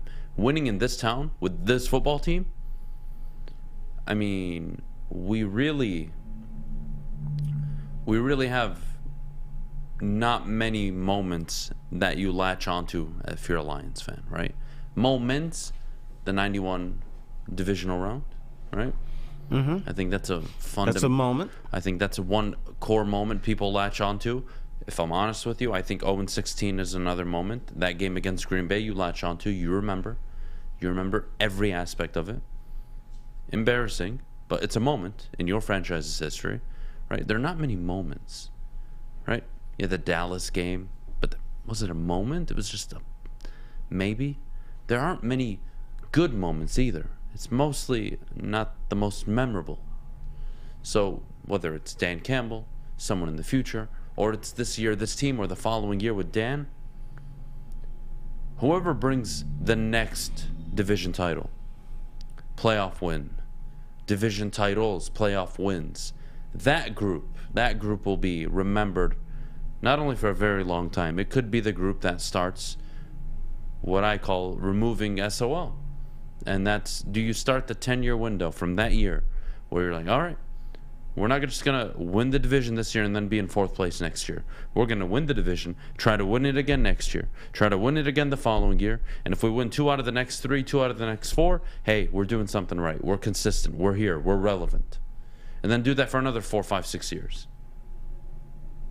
I like the message, but winning is the only solution. It is the only solution. I think the thing that we're seeing with Dan Campbell is he's not afraid to tackle the Lions' past. He's not afraid to address it. He's not afraid to embrace it. He's not afraid to say, we're going to squish this or we want to do this. Previous coaches and players, when you brought up the Lions' history and everything, they go like this, ooh, I don't want to talk about that. They were afraid of it. He's not afraid of it. He understands there's a history, and I think that was the reason they brought in Dan Campbell. You can bring in a coach from San Diego or L.A. They don't understand the pain that Lions have brought to this community. They don't understand the pain that people have in this community. He understands that. And you know what? Not afraid to tackle it. And I think that's a plus. Mm-hmm. I do. It's a big I think you have plus. to address the elephant in the room of, hey, look, guys, we're coming off a 3-13-1 season. It wasn't the prettiest year. I know this fan base has been disappointed for the longest time. It's suffered for a long time, but we're here to change it. I don't mind that. Results have to come, though. And it's just They how do. this works, right? They do, but I think they will come in part because there's an attitude of, you know what, screw what happened in the past. We're going to admit, yeah, it happened, but we're going to change things up. I know someone that worked in the Lions front office at the lowest point of the Lions, and they wanted to change things. Here's what he heard. Yeah, but that's not the way we do things around here. And he was like, well, it's not working. Why are you going to do it the same way? This man is doing it a different way. It might be awkward. It may not. It may be goofy to some, but he's trying something different, and I applaud it. If I may. Oh, he's going to stand up. Call me arrogant, call me naive. I don't care. But you're naive. Look, is there another fan base that has suffered to the extent the Lions have? I would argue no. Right? The No. Jaguars You're more doing the recently have NFL been- or in all of In the sports? NFL. Only the NFL. No, I know the Jaguars Cardinals haven't been around long enough. I know, but I know the Cardinals haven't won a Super Bowl as long as we have, right? The same timeline, 62 years. Yeah. But they've been to a Super Bowl. They've won division titles recently. They've been relevant, right? So it's where I'm getting at with this is for the Lions to just, it's easy to say, hey, you just win, right? But if Dan really is going to be the guy, and Dan is the reason why you turn it around and you become a competent franchise along with Brad Holmes, and Sheila's a good owner, and things are starting to work out, and everything's going all the way we all want it to go. It doesn't change the fact that for that to happen, it doesn't matter if it's in Detroit, Kansas City, LA, Dallas, Boston, anywhere in this country. It doesn't matter where you are, what your history is. At the end of the day, good ownership, a creative and good front office, a damn good head coach solve all your problems, even before we get to the quarterback position. You get a fundamental, stable organization. You have relevancy. You have good moments on a consistent basis. Insert a franchise quarterback, hey, you become a Super Bowl contender. Unless you just have a brilliant coach, an average quarterback, and an above average great team around him, right? We've seen it with Brian Billick and was it Brad Johnson? Or no, Trent Dilfer. You saw Brad Johnson with the Bucks. Recently Flacco with the Ravens. That was interesting. So those, they happen. But boy, if I told you in the next 15 years, you could achieve what the Indianapolis Colts achieved with Peyton Manning, would you take it? Division titles, Yes. Super Bowl appearances. There was some frustrations with Peyton Manning's performance in the playoffs, Yes. but I'd still take that. So you have a Super Bowl in a 15-year window. I mean, I don't mind going 15, 20 years without a Super Bowl. I think it's hard to win a Super Bowl. I think it's hard to win multiple. It's hard to win back-to-back. That hasn't even happened since the Patriots back in the early 2000s, right? The Chiefs have 3 straight AFC championships, championship game appearances, excuse me. 2 Super Bowl appearances. They only have 1 Super Bowl win. Could have been 0. Very well. You take your moments, guys. You're going to get to an NFC title game eventually. You're going to lose, probably. Cool, that's fine. Get back up, contend the next year.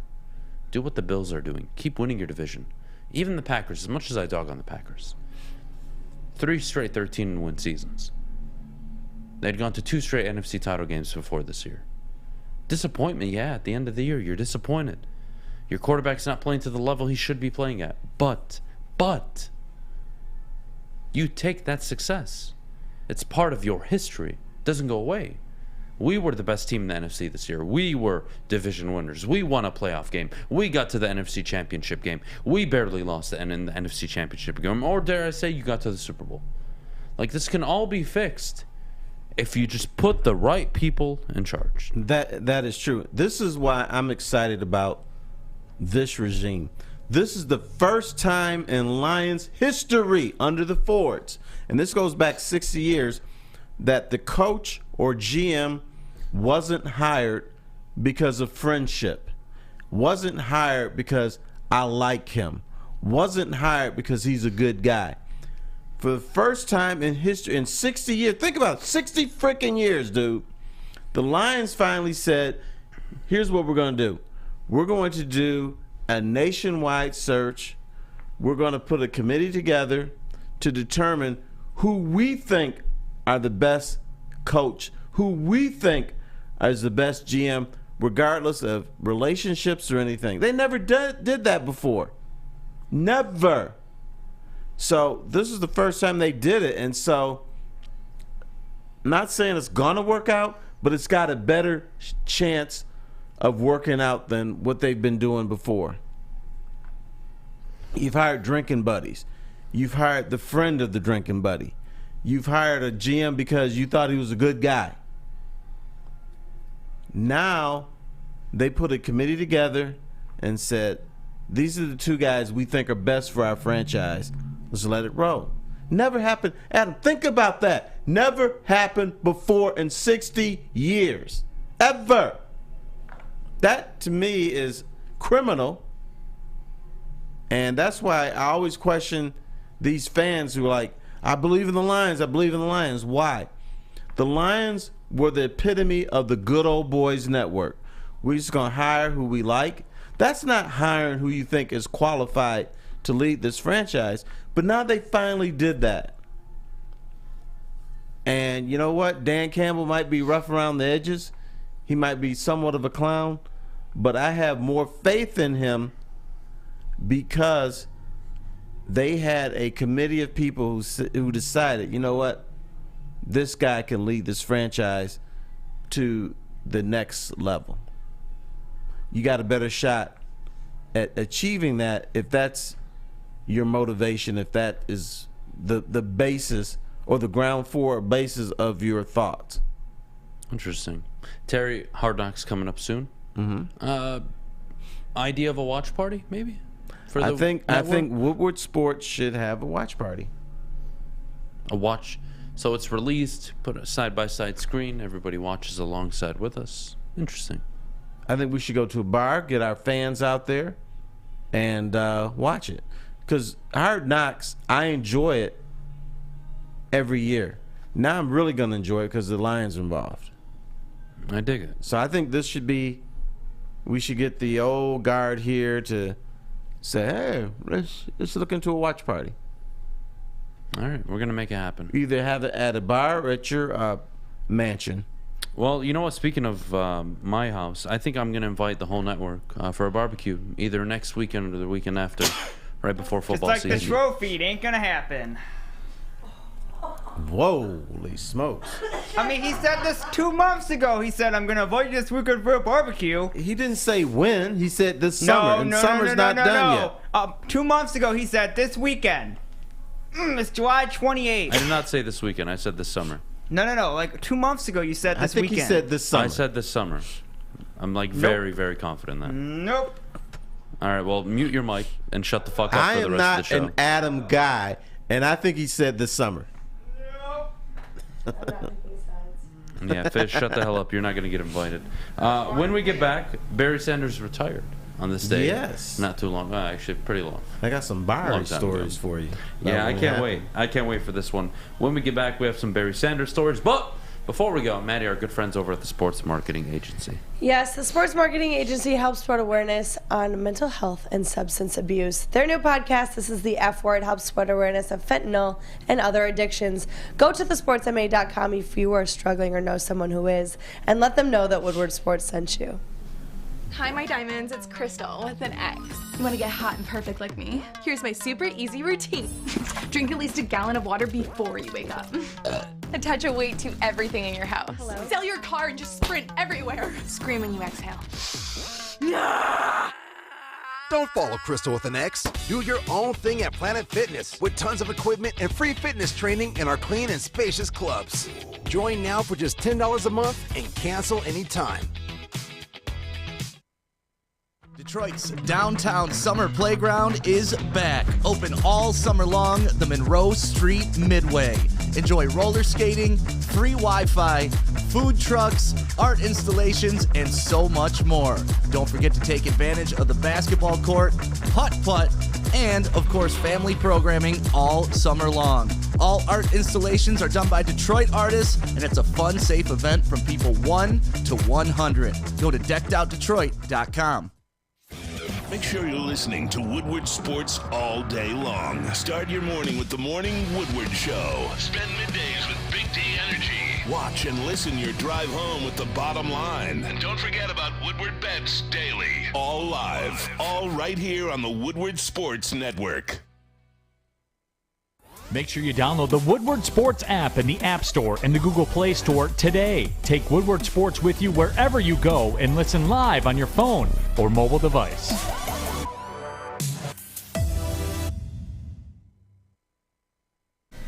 If you are looking for something fun to do this week or this weekend, look no further than the Foaling Warehouse in Hamtramck. That is home of the original football bowling pin game called Foaling. They've got two ways to play, $12 open unlimited play, or you can reserve a private lane for just $120. Don't forget, of course, they have a $2 mystery beer machine as well as multiple full bars. So check it out at thefoalingwarehouse.com. All right, we're back here on the Morning Woodward Show. Terry, you got Yes, some sir. Barry Sanders story. He retired, what, in 1999? 23 years ago? This day. Today. Yes, he did. Now, I'm going to tell you why I was the last journalist to say he was actually going to retire. Because I was talking to Barry Sanders' dad, and William Sanders is the exact opposite of Barry Sanders. He's gregarious, he's outgoing, and Barry Sanders always listened to his dad. Now, I was talking to his dad. He said, I don't want Barry to retire. And Barry listens to me. So I'm listening to him. And then William Sanders' best friend, or one of his best friends up here, was a guy named Jocko Hughes. Jocko was the head of security with the Detroit Lions. And he talked like this.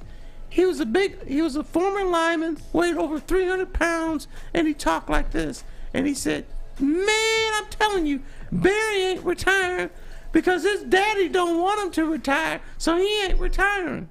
Is that what he sounds like? That's what he sounds like. He played, I think he played in the NFL a little bit. He played PSL football. He's a hilarious guy. The day of training camp, like Barry's supposed to be retiring, he calls this woman named Risa, who works in the front office, and he asked Risa, What is the exit for Saginaw Valley again? So he calls somebody because he's on his way up to training camp, and because he always forgot the exit number. So he calls Risa and she says exit 112, whatever it is. So he says, okay, I'll see you later. So that's the backstory of Barry Sanders retiring. He's heading up to training camp. His daddy said he ain't gonna retire. And Jocko was saying if daddy doesn't want him to retire, he's not going to retire. So what they were supposed to do is Barry Sanders' dad and Jocko Hughes, Mr. Sanders and Jocko, were going to ambush Barry at his apartment. But he never showed up because he was over in England or wherever he was. So they go to his apartment every night. They're going to ambush him and tell him, you are not retiring. So So they kept going there. Barry doesn't show up. And then finally, Barry shows up, and they're like, dude, you ain't retiring. And he said very quietly, yes, I am. And so he mentioned some things he was upset about with the Lions. He didn't like the way they treated Kevin Glover. He didn't like the fact that they hooked up Scott Mitchell to a contract before him. That he didn't like the way that they had treated Chris Spielman and some other players. He just didn't like the way the Lions were running things. And so he said, I'm peace out. Why am I killing myself for an organization that doesn't care about its players and it's not going to win anyway? So he told his dad, and his dad was like, oh, Barry, I still want you to come back. But he said, no, dude, I always listen to you. I always follow your advice. This time I'm following my heart. I'm out of here. And so I'm listening to these two. I'm not going to call them clowns, but because his dad he's a really good guy, and Jocko was one of my guys back in the day. But they were saying Barry is not going to retire. Because when Dad says... Looking back, was it the right move? To retire?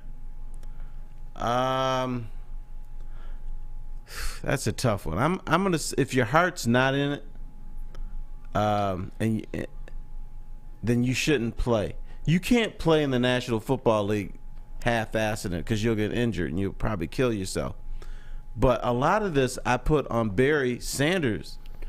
This was his fault because guys like Lomas Brown, Brett Perriman, Herman Moore, a bunch of guys said, Barry, even in the 90s when supposedly this was the high point of Lions football, there were problems. The Ford family didn't listen to their players. And the only player that they would have listened to was Barry Sanders. They begged Barry to go in, talk to the Fords, tell them what's wrong. Let's get this corrected because they wanted to win a Super Bowl. When you talk to those players, when they went to NFC Championship in 1991, they thought that was the beginning of greatness. They thought that was the beginning of multiple Super Bowls, multiple division titles. They had the best running back in football. Herman Moore was a hell of a player. The offensive line was probably a little shaky. They couldn't settle on the quarterback, but they wanted to tell the Ford. They wanted Barry to tell the Ford family what was wrong and what they needed as a franchise. And now, since I've talked to guys since they retired, they admit that probably Wayne Fontes was not the right coach for that group. That they needed somebody a little tougher. They needed somebody who hired a better assistant coaching staff. They needed some. They still want to have their popsicle breaks, but they probably needed a little tougher coach at that time. But they wouldn't admit that because at the time because they were comfortable. You know, they would win 10 games every other year. They'd make the playoffs every other year. But the frightening thing was how quickly they fell off. I mean, how do you win 10 games and then 5? And then you win 11 and you win 5 or 6 the next year. It was all this Lions team, who we call the greatest of all time, it was all predicated on how tough their schedule was. So even then, they were a mediocre team that had flashes of greatness, but I blame a lot of that on Barry Sanders because the Fords would listen to him, and his philosophy was this: I run the football, I do the best I can, and I go home. That's it. I never understood how 3 years into Barry Sanders' career, he reached the NFC Championship game. Mm-hmm. 3 years in. And this is before the MVPs. This is before any All-Pro selections. He's 3 years in. He's at the top of the game, coming off a 1,500-yard year. And you somehow do nothing for the next 7 years. You won a division? Nothing for 7 years. And Nothing with that team. Nothing with the talent. I mean, you mentioned it. Johnny Morton, Herman Moore. You had some wide receivers. Brett Perriman was very good. You had pieces. But you know what I think? But you know what I think happened is for that 1 year you had a quarterback. They were fighting around with Rodney Peete, Andre Ware, and Eric Kramer. Probably the guy to lead them was would have been Eric Kramer. Rodney Peete was injured. Andre Ware had showed the whole world that he stunk as a quarterback. So finally they said, okay, we're going to settle on Eric Kramer. And he kind of led them to that 1991 year. But Eric Kramer was so pissed off because he was like, dude, what do I have to do? They still didn't embrace him as the quarterback after that. So he said, peace out. He left. Now, we always talk about Barry Sanders leaving in his prime, not Herman Moore, but Calvin Johnson and Matthew Stafford. Eric Kramer did the same thing. They could have kept Eric Kramer as their quarterback. If they had just identified him as the guy that could lead them to playoff wins, they may have been okay. But by the time they figured that out, Eric Kramer was so pissed off, he said, I think I'll go to the Chicago Bears. I'll go to your division, rivals. And then Rodney Peete left too. Yeah, he went to the Bears. Kramer, didn't he win a division? Or yeah, they had a 9-7 season, I think, with Kramer. And then Rodney Peete left for Philadelphia. And has one playoff win in his career. Guess who it's against? Your Detroit Lions. Can't make it up. No. But what were they missing? That's kind of, I think stability at quarterback. Because you had three guys starting at quarterback at once. And the reason it became Eric Kramer's job was because of injuries. Not because they believed in him. It was because of injuries. What I see is a hole at the front office level and a hole at the head coaching position. Yes. More than anything. I think even more than the quarterback position. I really do believe that. Because in the NFL in the 90s, it wasn't a necessity to have the quarterback, right? You could still be very good without one. Yeah, the Lions won two divisions. When you're tricking around with guys who can't play, then that's going to hurt you. Yeah, I think that's like Andre Ware. That's where coaching and the front office really let them down all those years. We're going to take a quick break. When we get back, Tarek Skubal praises Detroit Tigers fans for showing out over the three-game series with the San Diego Padres. Are we making a big deal over Al Avila? I think we are. I think I need to do a public apology to Tarek Skubal. I think I need to apologize to Chris Ilitch and Al Avila. The outrage is unnecessary. So we'll get to that in a little bit. Well, apologize to him after he gets traded for garbage scraps. No. Well, we'll get to that in a second. I got it all figured out, Terry. Lady Jane's Haircuts for Men. And get to a Lady Jane's in here. You open 10 to 8, 7 days a week. Walk in anytime. Their awesome stylists will take care of you like they take care of me. Unfortunately, I probably won't be getting my haircut, at least from the top, for the next few months, but I will be cleaning up my beard and the sides as always, so they'll take care of me still. But don't look at me like that, Maddie. Look at this girl over here. What a train wreck. Anyways, get to Lady Jane's 10 to 8, 7 days a week, no appointment necessary, walk in anytime. It's wicked awesome. The sports marketing agency would not be who we are without great community partners like Higuera Health and Carol Zaniga. It's an awesome opportunity to partner with your organization. Higuera Health is a comprehensive behavioral health organization. We serve children through older adults with mental health, substance use, and developmental disabilities across Western Wayne counties, and really excited to now be in downriver communities as well. Give us a call at 734-458-4601. You don't have to go to the beach, man. You don't have to get your butt crack full of sand. You just need a little chili peppers, man, to get that glowing beach chili peppers tan. Woo! With 26 locations in the Metro Detroit area and more coming, Chili Peppers Tanning is where you'll find the cleanest salons in the D. Join the Pepper Club for the best deals on unlimited tanning. Head to chilipepperstanning.com. You just need a little chili peppers, man.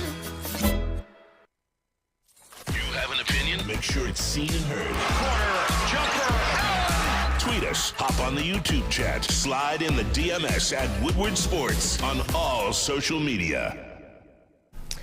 OddsTrader.com is the #1 site for all of your game day bets, play-by-play updates, live scores, and the best price on every game from multiple sports books. Go to OddsTrader.com right now or download the app from the App Store today for your best bet. God, Tarek Skubal. Love you. Great pitcher, great dude. Praises Detroit Tigers fans for showing up to the games and supporting the team even though results haven't been the way they wanted it to be. No problem. Tarek, you know what? We're making a big deal. You're right. I apologize. Al Avila is the greatest GM in this sports town's history. We are so lucky to have you, Al. We're so lucky to have you, Chris. God bless you. But just do me a favor, Tarek. When you get traded for a fucking bag of condoms, let me know how you feel about Detroit after. Detroit, thanks for showing. Of course, fans are going to show up to the games. That doesn't mean we have to show up and be happy with what we're watching. Yeah, but they're not showing up like they could. He doesn't understand that when Comerica Park is rolling, it's beautiful. When you have something 30, to 40, cheer, yeah, you're gonna get on a bad night 32,000 or 35 easily. So, but you know, he never saw it under Justin Verlander and Carlos Guillen and all those guys. So he doesn't have a huge, you know, he doesn't understand what this franchise can be and what it has been. And he's not going to see it ever with your boy in charge. My boy, Mr. Al Avila, by the way, again, the greatest GM ever to grace this town. He's going to trade you. And he's going to trade you, I don't know, for a new iPhone. No, it'll be the Android because you can get it for free. I can't. Look, I get it. Tarek, happy with the fan turnout. Happy. But, dude, read the room. You motherfuckers are 19 games under 500. You have scored the fewest runs in baseball. Your pitching staff is fallen apart. Your bullpen is the only thing we look at and take seriously to an extent, unless Soto comes up and starts hitting people. Yeah. So do me a favor and read the goddamn room. You suck. Your team sucks. This whole team sucks. And you, Tarek Skubal, have a ton of potential. And you've shown amazing stuff this year. Love watching you pitch. But the team sucks. So yeah, turnout's not going to be what you want it or think it should be. Go play for New York. Go play for Philly. Go play for, I don't know, the Mets, the Dodgers. That's where you're probably going. And you know what Al Avila's going to get? Nothing. So frustrating, man. Zip, zero, Read nada. the goddamn room. That's like a Lions player coming out when they're 0-8 and saying, look, you know, we got 9 more games. You know, we get a run together. Oh, we can make the playoffs. Yeah, they can get 9 wins in a row. It's not impossible. Terry, I'm telling you, see, once we win one, right? I don't think anybody can stop us. Get that momentum running. God damn it, man. God damn it. God damn it. You know what Al Avila is like? Al Avila is the car salesman that you go to when you're trying to get the absolute deal. You see it listed on the ads that they run, $299 a month, $1,500 down, A-plan required. You go to Al Avila and say, hey Al, look man, struggling a little bit financially right now. How about you get it down to $120 a month, 0 down, and you waive the A-plan. Just give me an A-plan, huh? Why don't you give me a plan? He'll do that. He's a good guy. You know, Adham, let me check with let me check. You check with my manager. Hey, boss. I'm feeling really good about the sale. I'm gonna make a deal with him. Okay, Al, I trust you. I trust you, Al. Hey, bud. No, I'll do you one better. How about you take the car for free? 0 down. No plan required. You just take the car. That's who Al Avila is. Sounds like a good deal to me. Al Avila is going to give away a nice Corvette for free. That's what Al Avila is going to do. God damn you, Al Avila. Why? Why is it so hard? Why? Somebody give me an answer. Why do you suck so much? And how, in God's name, are you still in charge? Well, he's and had some how bad are we breaks. approaching the deadline? And this fuck is going to be responsible for the trades. How? Somebody. Because your owner does not care. That's why. You know how ignorant you sound in the chat right now? Our core in the future is Skubal, Green, Torkelson, Beydoun, Jackson, Job. How fucking stupid are you? Jackson Job, does he have an ERA over 5 in the minors right now? Akil Badu, he wouldn't make the starting lineup on any contender right now. He'd be your 4th outfielder. Torkelson? Oh my God. Spencer Torkelson. Spencer Torkelson. Hey, we're going to send him down. He's going to get confidence. He's batting 158, you motherfuckers. He's batting 158. How's that confidence going? We don't want to put him in the major. We don't want him to have the pressure of major league at-bats. As if you're contending or you're playing for something. You losers. You no good losers. Torkelson, your core is trash. Riley Green is the only bright spot. Tarek Skubal's the only bright spot. Get out of here. Get out of here. Can I chastise the chat for something too? Go for it. I just read that the Lions traded for Pat Swilling, who was a defensive end, and that he was a shell of himself. That wasn't Pat Swilling's fault. That was the Lions. Once again, we go back to coaching. Pat Swilling, who was a defensive end, rush in New Orleans, he knew how to do one thing: rush the quarterback and put pressure on the quarterback. What do the Lions do when they finally trade for this guy? They have him playing zone coverage. They have him covering receivers out of the backfield. They took away his sweet spot and said, we want you to do something else. That's why Pat Swilling was bad in Detroit. It was because of the coaches. You know, once again, we talk about the best coaching staff in Lions history.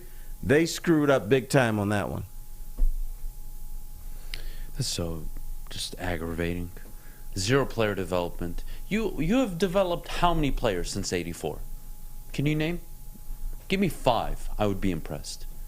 Bobby Higginson. Okay.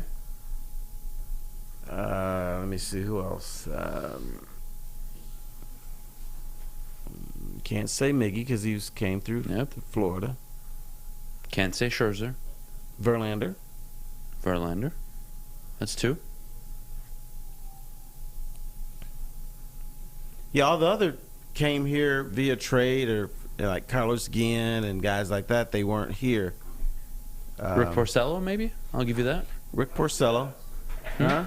Castellanos. All right, so you have 4. We're at 4. 4 players since 1984. What else we got? We got Dick. That's what we got. We got nothing to show for it. Paredes. Isaac Paredes. Curtis Granderson's a good one. Well done, chat. Lou Whitaker? Yes. Paredes was from the Cubs, so. Well, if you're going to go back to, Lou Whitaker was here before 84. Prior to 84, yeah, so that doesn't count. Don't tell me Austin Jackson. Don't you dare.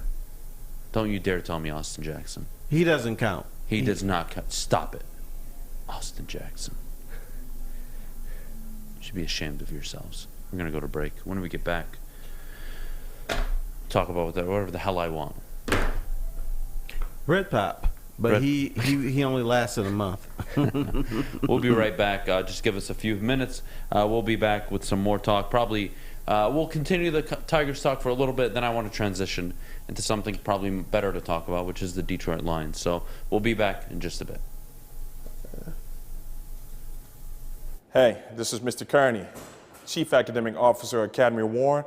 I want to welcome you to the brand new field house. The state-of-the-art facility has a regulation basketball court, volleyball court, soccer field. It can be used for 7-on-7 football. Our K-8 academic features AM, PM, latchkey, small classroom sizes, Learning Street, futuristic media center, free breakfast and lunch, Houghton Mifflin curriculum, academic games, K-8 athletics, and more.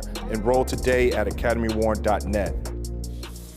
It's a great day to get some Centron in your life. Okay. There it is. Centron, here we go. Gotta grab the cranberry. Oh wait, it's 2 for $4. Gotta double up with the classic as well.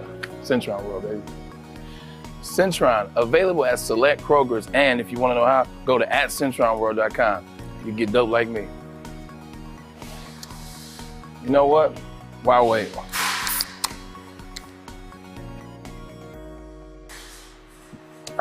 Great taste, guaranteed. Make sure you're listening to Woodward Sports all day long. Start your morning with the Morning Woodward Show. Spend middays with Big D Energy. Watch and listen your drive home with the bottom line. And don't forget about Woodward Bets Daily. All live, all right here on the Woodward Sports Network. Who in God's name has it better than us Detroiters? I don't think anybody right now. Midway, downtown Detroit, brings you the Monroe Street Midway. I'm excited. Bedrock is awesome. Live basketball, events, music, mini golf, art installations, you name it, they got it. I am so excited. The summer is always better at the Monroe Street Midway. Brought to you by Bedrock Detroit. Terry, I want to move on. Okay. Honestly, it's the 28th. Let's do something that's not going to give you a heart attack. How about What's that? We'll get there. Okay. It's July 28th. I think by August 3rd or 5th, we'll be in a position where we just don't have to talk about the Tigers anymore. But I just want to remind all of you at home. Chris, I hope you're listening too. You sent Spencer Torkelson down to get confidence. Batting 158. You forced... You know what? I'm not doing this. We're going to move on. The Detroit Lions are only favored in 3 games this year, Terry. Are you concerned with that, considering how easy the schedule is? No, because odds at this point don't matter to me. It's the week-to-week thing. I mean, I don't know what Vegas is saying, but you probably have a team like maybe Green Bay or the Rams favorite in 14 games, and they're not going to go 14-2. Yeah, so, and that'll change week to week once the teams start playing, right? Once you start playing, then you see who's good, and these teams who we think are pretty good are going to be pretty bad, or the ones we think are bad are going to be pretty good. So we don't know. The NFL changes every week. We don't really know what the Lions are going to be. We think we know, but we don't know. So the fact that they're only favored in 3 doesn't matter to me, because a lot of that past history is factored into that. And what Vegas is trying to do is they're not telling you who's going to win or lose. They're just trying to get money on both sides of it and of that. So maybe they're thinking if we put the Lions as underdogs, that we will get money on both sides, on the Lions and their opponents. That's all they're trying to do. Yeah, you guys in the chat asking, bet the over, under, smash the over. And Terry, I don't know if you disagree or not, but I think it's smash the over 100%. 7 games is not only feasible, I just think that's the expectation this year. I think 7 games is the expectation. You have to walk away from year 2 of Dan Campbell in this progressional stage of your rebuild. You have to walk away with 7 wins, in my opinion. Has to be 7. Minimum. Yeah. I don't accept anything less. If it's 6 and a lot of injuries and context matters, I can't offer you context when not a single game has been played. If I just look at the number, I will not accept 6-11. If there's context to it, so be it. But as of right now, I'm not accepting under. I'm accepting strictly over. 7 and over. That's it. And that's the way it should be. There should be expectations this year. Dan Campbell's in his second year. The coaching staff is in their second year. And they have built a confidence. They have built a culture where players feel comfortable in it. So I believe that they will win 7 games. I would crush the over because I'll go back to this is going to eventually work out because the Lions have decided let's hire people we think can do this. Let's not hire people that we just like. So there's a big difference, and that means you're trying to compete now. And I think Sheila Hamp is embarrassed by the pass.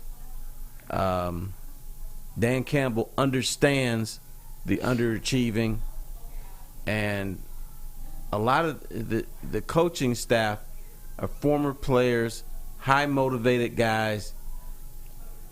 They want to win. So I think there is a brew in this with this franchise that's going to pay off eventually. It has to. It's not going to pay off in a playoff this year, but they should win 7 games. Do you think I'm off by saying 8 and 9 is good enough for the 7th seed in the NFC this year? Not just for the Lions, for any team. I really don't know. I don't know how I don't know how the season's going to play out. It could, but you could have teams that take off and get lucky. The NFL is such a crapshoot that 8 and 9 could be the 7th wild card, or maybe just miss. It's very hard to predict. All right, well, I'll tell you guys what. We're going to take a quick break. When we get back, Mailbag. Get your questions in the chat. Myself and Terry will answer them for you all. But before we go, I need to tell you about our good friends over at Cintron. Cintron is the official drink of the Detroit Red Wings, the official energy drink of the Detroit Red Wings. Pre-order a limited edition 6-pack at cintronworld.com/Woodward Sports. Again, that's cintronworld.com/ well, did I say Woodward Sports? I'm an idiot. You're just confused. That's all. I'm not gonna call you an idiot. Red Wings. This isn't even my read. Maddie's an ass. Anyways, I offered to do it for you. Fish, shut the hell up. I told you mute your mic. Get energized with Cintron. There are good friends over there. Again, cintronworld.com/Red Wings. We'll be right back. Hi, my diamonds. It's Crystal with an X. You want to get hot and perfect like me? Here's my super easy routine. Drink at least a gallon of water before you wake up. Attach a weight to everything in your house. Hello? Sell your car and just sprint everywhere. Scream when you exhale. Don't follow Crystal with an X. Do your own thing at Planet Fitness with tons of equipment and free fitness training in our clean and spacious clubs. Join now for just $10 a month and cancel anytime. Hey, it's Scott from the Woodward Bet Show. Hey, we're excited. It's Thursday. The Rocket Mortgage Classic is in town. So listen, we'll be talking a little bit about that. We've already gave some of our predictions over there at 4:30 at the Woodward Bets YouTube page. You guys got to make sure you check it out. You also got to make sure you check out oddstrader.com. It's got live scoring, play-by-play updates, the best place to check all the odds at the sports books right in the palm of your hand. But hey, let's get back to some winners. We need to get some winners. We need fun coupons. Let's go with the Indians today. Tristan McKenzie only gave up 1 earned run his last 26 innings. Sounds good to me against a struggling Red Sox team. Oddstrader.com, Woodward Bets. Check it out. Make sure you download the Woodward Sports app in the App Store and the Google Play Store today. Take Woodward Sports with you wherever you go and listen live on your phone or mobile device.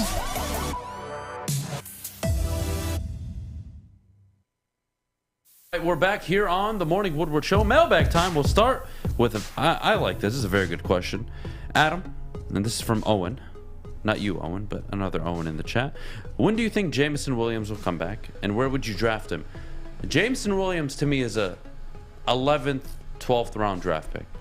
The fact that he's going to miss the first 6 seasons, hell, he might go undrafted.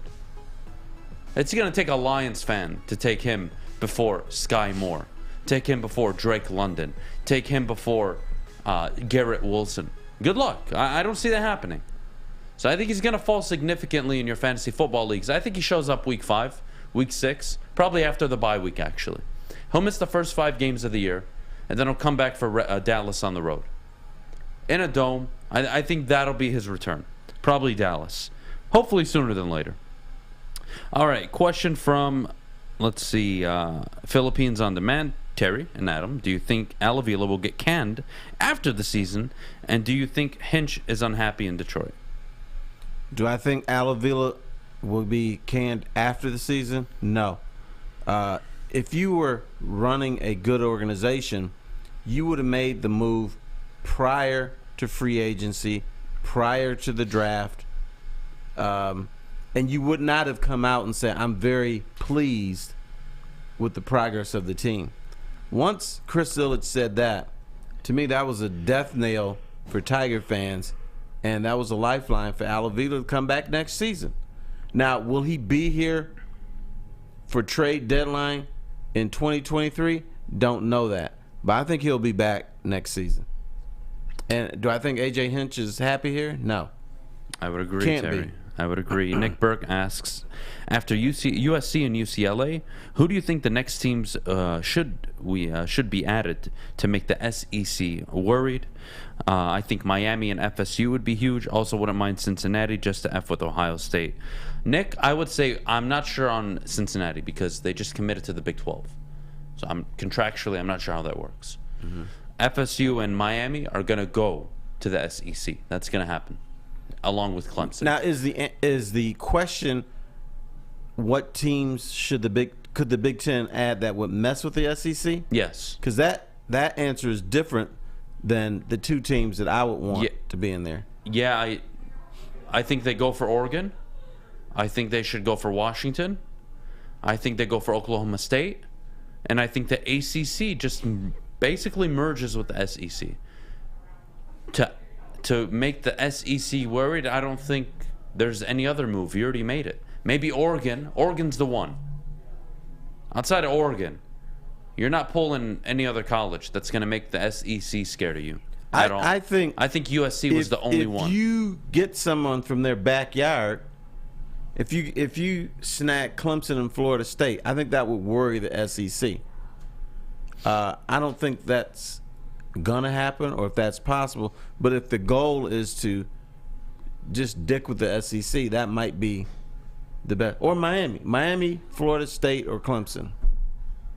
Somebody in their backyard who the SEC is probably thinking they're gonna join us eventually, but then they come to the Big Ten, then they're gonna say, whoa, what is this? They got some of our dogs. All right, I've got a question for all of you in the chat. I'll ask the question this morning. I traded yesterday the number 2 overall pick for the number 1 overall pick in my fantasy football league. I moved up a spot. We swapped. And I am not sure what to do. Christian McCaffrey is so goddamn enticing. But Jonathan Taylor is the obvious pick. And if it was up to me, and if I was picking at 4, I'm probably going Justin Jefferson at 4. So right now I'm trying to trade back. But what do you guys think I should do? Should I trade back to 4 or 5 and get Justin Jefferson? Or do I stick to 1 and just take Jonathan Taylor? What are you getting in return? What do you mean? Like, to trade back? No, you just trade picks. There's nothing to get. Oh. Yeah, I traded up. So you traded up and you didn't have to give up anything? It's not a dynasty league. Oh, okay. No, this is every year, a new team every year. Okay. Right, This is a typical fantasy you're football just- league. We don't do that. Yeah, we don't do that. It's just too much work. You you're either just swap trading back picks or just to that's trade it. back? And it goes through all the rounds. Yeah. You can't trade back. No, you have nothing to offer. Oh, God. I thought you were talking just that first round. No. It counts for the whole draft. So if you're going to, let's say you're picking 4 and I'm picking 1, and we trade. All right? You're picking 1 the whole way, and I'm picking 4 the whole way. That's it. That's how we do it. It's much less of a headache. Yeah, it's easier. And we just let people make the decisions, and then we approve it or not. Speaking of fantasy, are we doing a Woodward Fantasy Football League? Yes. Okay. We're actually doing 2 this year, so it'll be fun. Okay. Someone gave you 1 for 2, yeah, because that someone wants Christian McCaffrey, and he doesn't want to take him at 1. So you should take him and at 1 I've to done troll like him then. you know me. I've done like hundreds of mocks now at this point. 1 and 2 are essentially the same. I would prefer 1 and getting Jonathan Taylor, but I'm trying to shop it and try to trade back to 4. That's my goal right now. 4 or 5. I'm trying to get back in the draft. If I can get to 4 or 5, I think I can put together a good team this year. 1's tricky. I like the idea of having Jonathan Taylor on your team, but Justin Jefferson at 4, that sounds like the way to go to me. I mean, if I'm honest with all of you, I would consider him at 1. I think he's going to be Cooper Kupp level this year. As a proud Cooper Kupp owner last year, 4th round, by the way. Is there any advantage for you going 4 rather than 1? Yeah, there's an advantage, right? The running backs are going to go 1 and 2. Who goes 3? Kind of a coin flip, right? Depends on the person's preference. But you're eventually at 4 or 5, I'm still going to get my choice of Cooper Kupp or Justin Jefferson, and that's a win-win. I don't see Kupp going 3rd. I'd be shocked if he did. I see this Eckler, is maybe. No-brainer. Take the number 4 slot. Yeah, I don't know. The thing is, I was happy trading to 1. I'm not going to force myself out of it. It's going to be JT. I'm not passing up on Jonathan Taylor. He is going to be the engine to that offense, like he was last year. So the easy move is Jonathan Taylor. I was able to move up because the other guy wants McCaffrey and just doesn't want to take him at 1. So for me, it was a win-win trade. And we'll see how my fantasy team works out this year. Christian McCaffrey screwed me last year. Yeah, dude, he screwed everyone. He screwed everyone. When it comes to playing fantasy, I'd rather play any mainline final. God damn it, Funky. You're talking about Jefferson at 4, but would be shocked if Kupp gets taken 3. Yeah, I would. I would be shocked if Kupp gets taken at 3. I would, and I would take Jefferson before Kupp this year. And I had Kupp on my team last year. I'm just super high on Justin Jefferson. Are you thinking Kupp's not going to be what he was last year? I think it's a reach. I think it's a reach to get. You're not going to get last year's production from Cooper Kupp this year. That was an anomaly. The same with Deebo Samuel. I don't believe that's going to be repeated this year. So am I going to take something that's not going to be repeated at number 3? No. Jamar Chase said? What's that? He's gonna for 2,000 yards this year. I hope so. And if you're high on Jamar Chase, I think you take him whenever the hell you get the chance. You don't wait.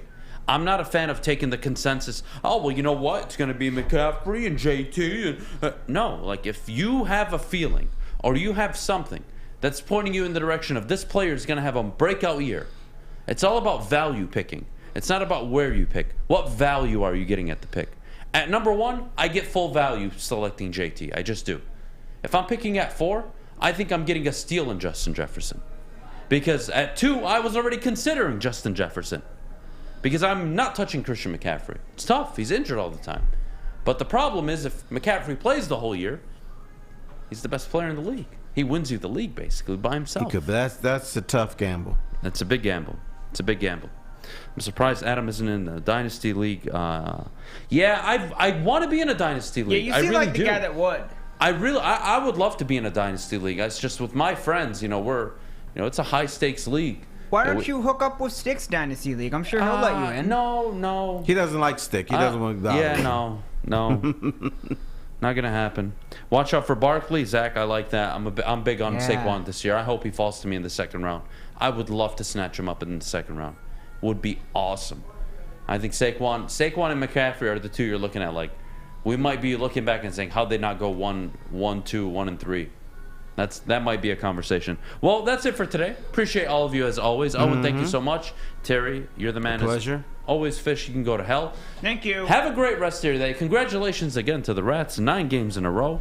We're playing next Wednesday. You guys should come next Wednesday. Where is it? Dearborn? I'll find out which field. It'll be in Dearborn. That's the one somewhere in Dearborn. How about this? We'll play the games, and you stick around. Maybe we'll see. We'll plan it. We'll have a good time. Well, I was gonna say you got it. I want something out of this if we show up in Dearborn. Maybe we'll barbecue. We'll do something nice. Okay. All right. I'll go to Dearborn. You all have a great rest of your day. I'll be on live today with Micro Mike on YouTube. Hey. 6 o'clock. So if you guys want to check that out, be my guest. Okay.